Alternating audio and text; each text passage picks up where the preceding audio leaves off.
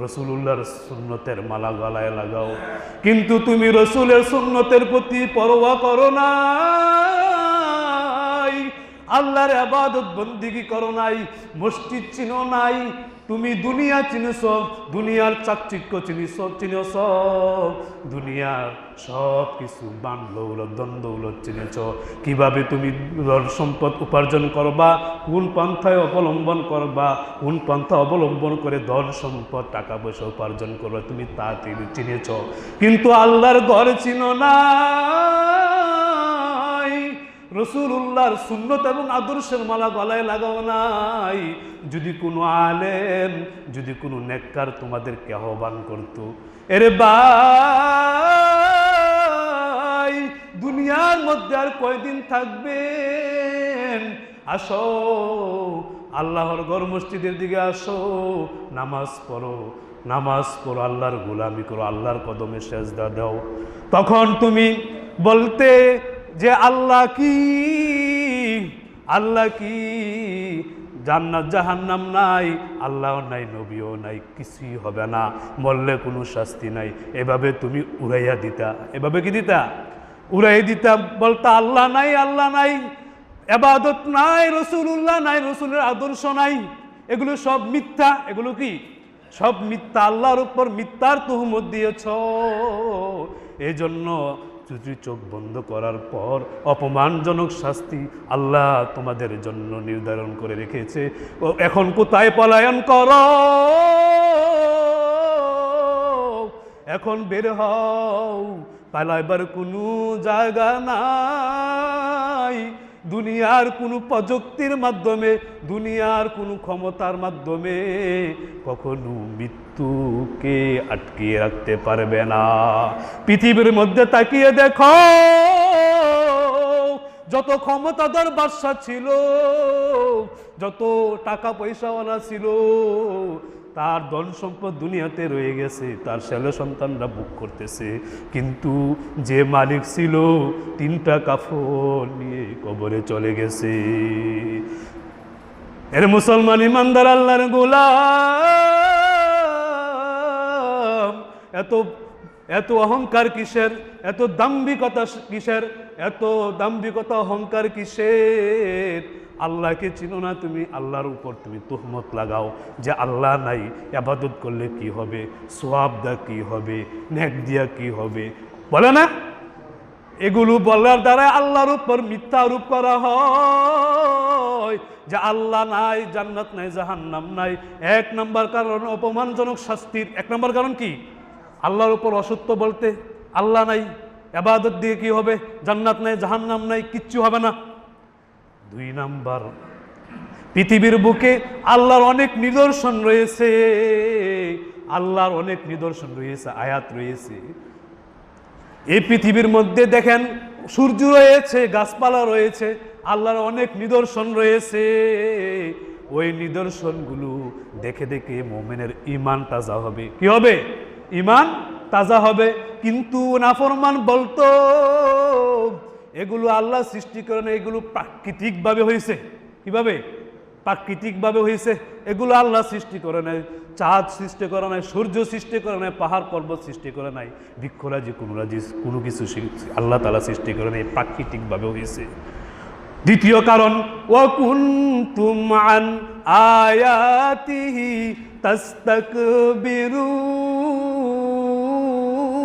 তাস্তাকবিরুন, তোমরা আল্লাহর নিদর্শন বলি থেকে অহংকার করতে। কি করতে? আল্লাহ তাআলার নিদর্শন বলি থেকে অহংকার করে বলতে এগুলো আল্লাহ সৃষ্টি করে নাই, এগুলো প্রাকৃতিকভাবে সৃষ্টি হয়েছে। এই 2 কারণে আল ইয়াউমা তুজজাউনা আযাবাল হুন, এই 2 কারণে আল্লাহ তাআলা আজ তোমাদেরকে অপমানজনক শাস্তি প্রতিদান স্বরূপ প্রদান করবেন। এই জন্য ওই নাফরমানের আত্মা বের হয়েও কি হও, বের হও। যখন নাফরমানের আত্মা বের হয়ে যায়, তখন এই রূহ থেকে এমন দুর্গন্ধ সৃষ্টি হয়, ওই দুর্গন্ধ আর আসমানের দিকে ওঠে না। ফেরেশতারা বলে, ওই মালাকুল মউত, এই দুর্গন্ধময় আত্মা, এই দুর্গন্ধময় রূহ আসমানে উঠায়ও না, আমরা দুর্গন্ধ সহ্য করতে পারি না, আসমানে ওঠার এলাও নাই, আসমানে উঠানো যাবে না। তখন ওই নাফরমানের রূহকে সিজ্জিনের মধ্যে রেখে দেওয়া হয়। তারপর যখন তাকে কবরের মধ্যে রাখা হয়, তখন সিজ্জিন থেকে তার রূহ কবরের মধ্যে প্রবেশ করে। তখন তার কাছে দুইজন ফেরেশতা আসে। কার কবর অবস্থা বলতেছি, খেয়াল রাখবেন, নাফরমানের। কার? বৎকার নাফরমানের কবরের দুরবস্থার কথা বলতেছি। যখন দুইজন ফেরেশতা আসে, কি ভয়ানক আকৃতি, তাদের চক্ষুগুলো বিজলির মতো চমকাতে থাকে, মুখে আওয়াজে মেঘের মতো গর্জন হইতে থাকে, তাদের দাঁতগুলো গরুর সিংহের মতো লম্বা লম্বা, মুখ থেকে আগুনের ফুলকি বের হতে থাকে। তারপর তাদের চুলগুলো পা পর্যন্ত লটকানো থাকে, তাদের এক কাঁধ থেকে আরেক কাঁধ পর্যন্ত ব্যবধান হলো, প্রশস্ততা হলো কয়েকদিনের রাস্তা। এই ভয়াবহ আকৃতি ধারণ করে নাফরমানের কাছে মুনকার নেকির আসে। আসার পরে বলে, নাফরমানকে লক্ষ্য করে বলে, ওঠো। তখন নাফরমান কবর থেকে উঠে পড়ে। তখন নাফরমান কি করে? কবর থেকে উঠে পড়ে, এবং তার কাপড়, তার পরনের মধ্যে যে কাফন ছিল, ওই কাফন অটোমেটিক মাথা থেকে পা পর্যন্ত সরে যায়। তারপর মালাকুল মাউত জিজ্ঞাসা করে, মার রব্বুকা ওয়ামান দীনুকা ওয়ামান নাবিয়ুকা, এরে নাফরমান, বলো তোমার রবের পরিচয় দাও, তোমার ধর্মের পরিচয় দাও, রহমাতুল্লিল আলামিনের পরিচয় দাও। ওই নাফরমানে ভয়াবহ আকৃতি দেখে সব ভুলে যাবে। ওই নাফরমান এই ভয়াবহ আকৃতি, এই ভয়াবহ আকৃতি দেখে সব ভুলে যাবে, কিছুই তার খেয়াল থাকবে না। খেয়াল থাকবে কিভাবে? দুনিয়ার মধ্যে সে আল্লাহকে মানত না, দুনিয়ার মধ্যে মসজিদ চিনে নাই, দুনিয়ার মধ্যে আল্লাহর গোলামি চিনে নাই। সে কিভাবে রবের পরিচয় দিবে, কিভাবে ধর্মের পরিচয় দিবে, কিভাবে রহমাতুল্লাহ আলামিনের পরিচয় দিবে? কারণ সে কখনো মায়ের নবী, রহমতের নবীর সুন্নতের মালায় গলা লাগাই নাই। সে তাগুতের, কাফের মুশরিকের রীতিনীতি অনুযায়ী চলেছে, তাদের রীতিনীতিকে পছন্দ করেছে।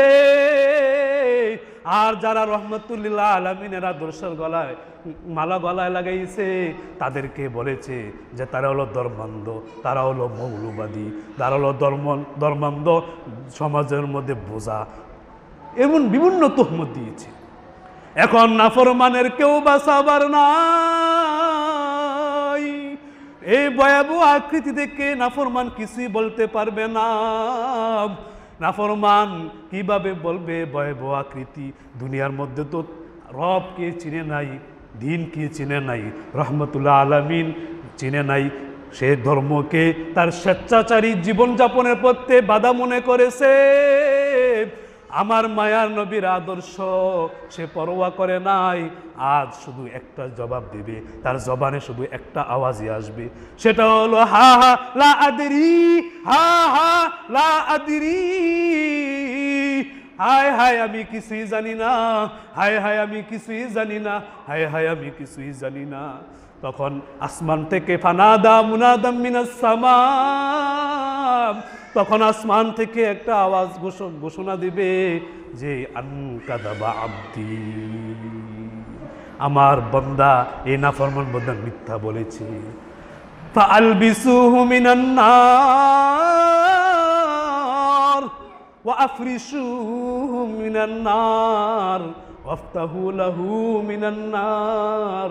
ওরে আযাবের ফেরেশতারা, এই নাফরমানকে জাহান্নামের পোশাক পরিধান করিয়ে দাও। আরে আযাবের ফেরেশতারা, এই নাফরমানকে জাহান্নামের বিছানা তার কবরে বিছাইয়া দাও। ও আযাবের ফেরেশতারা, এই জাহান্নামের দরজা তার কবরে খুলিয়া দাও। তখন কবরের মধ্যে শাস্তি শুরু হয়ে যাবে। কবরের মধ্যে কি হয়ে যাবে? শাস্তি শুরু হয়ে যাবে। ভাইয়েরা আমার, এখানে তৃতীয় একটি প্রশ্ন হবে যে রহমাতুল্লিল আলামিনের পরিচয় দাও, রহমাতুল্লিল আলামিনের পরিচয় দাও। তৃতীয় প্রশ্নটা যখন করবে তখন ওই মুর্দার আর রহমতের নবীর রওজা পাক এর মাঝখানে যত বাধা বিঘ্নতা আছে সব পর্দা আল্লাহ সরিয়ে দিবেন। সুবহানাল্লাহ, সুবহানাল্লাহ কি আসতে বলবেন? জোরে বলেন সুবহানাল্লাহ। সরাসরি আমার মায়ের নবীকে দেখতে পাবে। তখন তৃতীয় প্রশ্নটা যে বলবে, ওয়ামান হাদার রাজুল আল্লাযী বুইসা ফীকুম, হে মুর্দার মুনকার নাকির, হে মুর্দার এই লোকটাকে, ওমান হাদার রাজুল এই লোকটাকে, আল্লাযী বুইসা ফীকুম যাকে তোমাদের মধ্যে প্রেরণ করা হয়েছিল, এই লোকটা চিনো? যদি নেককার হয় তখন বলে ফেলবে হাযা মুহাম্মাদুর রাসূলুল্লাহ সাল্লাল্লাহু আলাইহি ওয়াসাল্লাম। আর যদি নাফরমান হয় ওই একটাই জবাব, হা হা লা আদরি, হা হা লা আদরি, আমি কিছুই জানি না, আমি কিছুই জানি না। ওই ফেরেশতার ভয়াবহ আকৃতি, চোখ যে বিজলির মতো চমকাইতে থাকবে, মুখের মধ্যে আওয়াজে মেঘের মতো গর্জন, দাঁতগুলো কিসের মতো? গরু সিংহের মতো লম্বা লম্বা। এরপরে মুখ থেকে আগুনের ফুলকি বের হতে থাকবে এবং তাদের চুলগুলো মাথা থেকে নিয়ে পা পর্যন্ত লটকানো থাকবে। এক কাত থেকে আরেক কাত পর্যন্ত দূরত্ব হলো কয়েকদিনের রাস্তা। এমন বিকট ব্যক্তি যদি কেউ দেখে তার কি অবস্থা? ঠিক থাকবে? ঠিক থাকবে। হা হা লা আদরি বলবে। এখন একটা প্রশ্ন আমি বলি, সাহাবায়ে কেরাম আমার রহমতের নবীকে সচক্ষে দেখেছে, তো যারা রহমতের নবীকে সচক্ষে দেখেছে, সরাসরি দেখেছে, তারা রহমতের নবীকে দেখা মাত্রই চিনি ফেলবে। কিন্তু আমরা উম্মতে মুহাম্মাদি, নবী আমাদেরকে ছেড়ে চলে গেছেন ১৫০০ বছর আগে, আমরা নবীকে কখনো দেখি নাই। নবীকে দেখা মাত্র আমরা চিনব কিভাবে? আমরা চিনব কিভাবে? আমরা তো সচক্ষে নবীকে দেখি নাই। প্রশ্নটা বুঝতে পারছেন? আমরা নবীকে সচক্ষে দেখি নাই, সাহাবায়ে কেরাম দেখছেন। কিন্তু কবরের মধ্যে যখন তৃতীয় প্রশ্ন করা হবে, এই লোককে যাকে তোমাদের নিকট প্রেরণ করা হয়েছিল, তখন আমরা কিভাবে নবীকে চিনব? এটা হলো প্রশ্ন।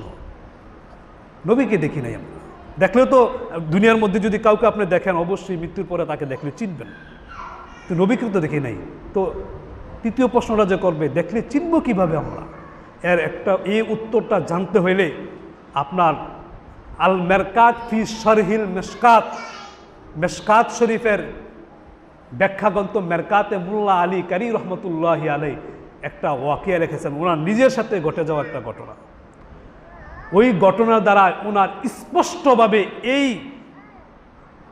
হাদিসের ব্যাখ্যা ওনার বুঝে আসতেছিল না, যে তৃতীয় প্রশ্ন করবে এই ব্যক্তিকে যাকে তোমাদের নিকট প্রেরণ করা হয়েছে, সাহাবায়ে কেরাম নবীকে দেখেছে, আমরা সচক্ষে নবীকে দেখি নাই, তো আমরা নবীকে চিনব কিভাবে? এই ব্যাখ্যাটা ওনার বুঝে আসতেছিল না। কিন্তু ওনার সাথে একটা ঘটে যাওয়া ঘটনা, এটা ঘটে যাওয়ার মাধ্যমে ওনার এই হাদিসের ব্যাখ্যা হল হয়ে গেছে। সুবহানাল্লাহ। সময় সংকীর্ণ, আমি সংক্ষিপ্তভাবে বলল 7 মিনিট লাগবে, চাই অল্প একটু বলি। ওনার মোল্লা আলী কারি রহমতুল্লাহ আলাই বলেন, একটা লোক তার বাচ্চা হইতো না। কি হইতো না? একটা লোক তার বাচ্চা হইতো না। মানুষ অনেক কিছু বলে, কেন তার বাচ্চা হয় না? মন খারাপ করে বিদেশে চলে গেছে। কোথায়? বিদেশে চলে গেছে। বিদেশে চলে যাওয়ার পর কয়েক বছর পর যখন ফিরবে, তখন মনে করেন কুমিল্লার মধ্যে আসছে, তার বাড়ির একটা লোকের সাথে তার সাক্ষাৎ হয়ে গেছে, কি হয়ে গেছে, বা টাকা দেখা হয়েছে এরকম। ওই লোকটা খবর দিতেছে, ভাই তোমার ওয়াইফের ঘরে একটা বাচ্চা প্রসব করেছে, তুমি তাড়াতাড়ি যাও, তুমি তোমার বাচ্চাকে দেখে তোমার চক্ষুকে শীতল করো। তখন ওই লোকটা যখন আসবে রাস্তার মধ্যে আরেক ঘটনা শোনাই দিছে, ভাই কিছুক্ষণ আগে শুনলাম তোমার গর্ভে যে ছেলে সন্তান জন্মগ্রহণ করেছে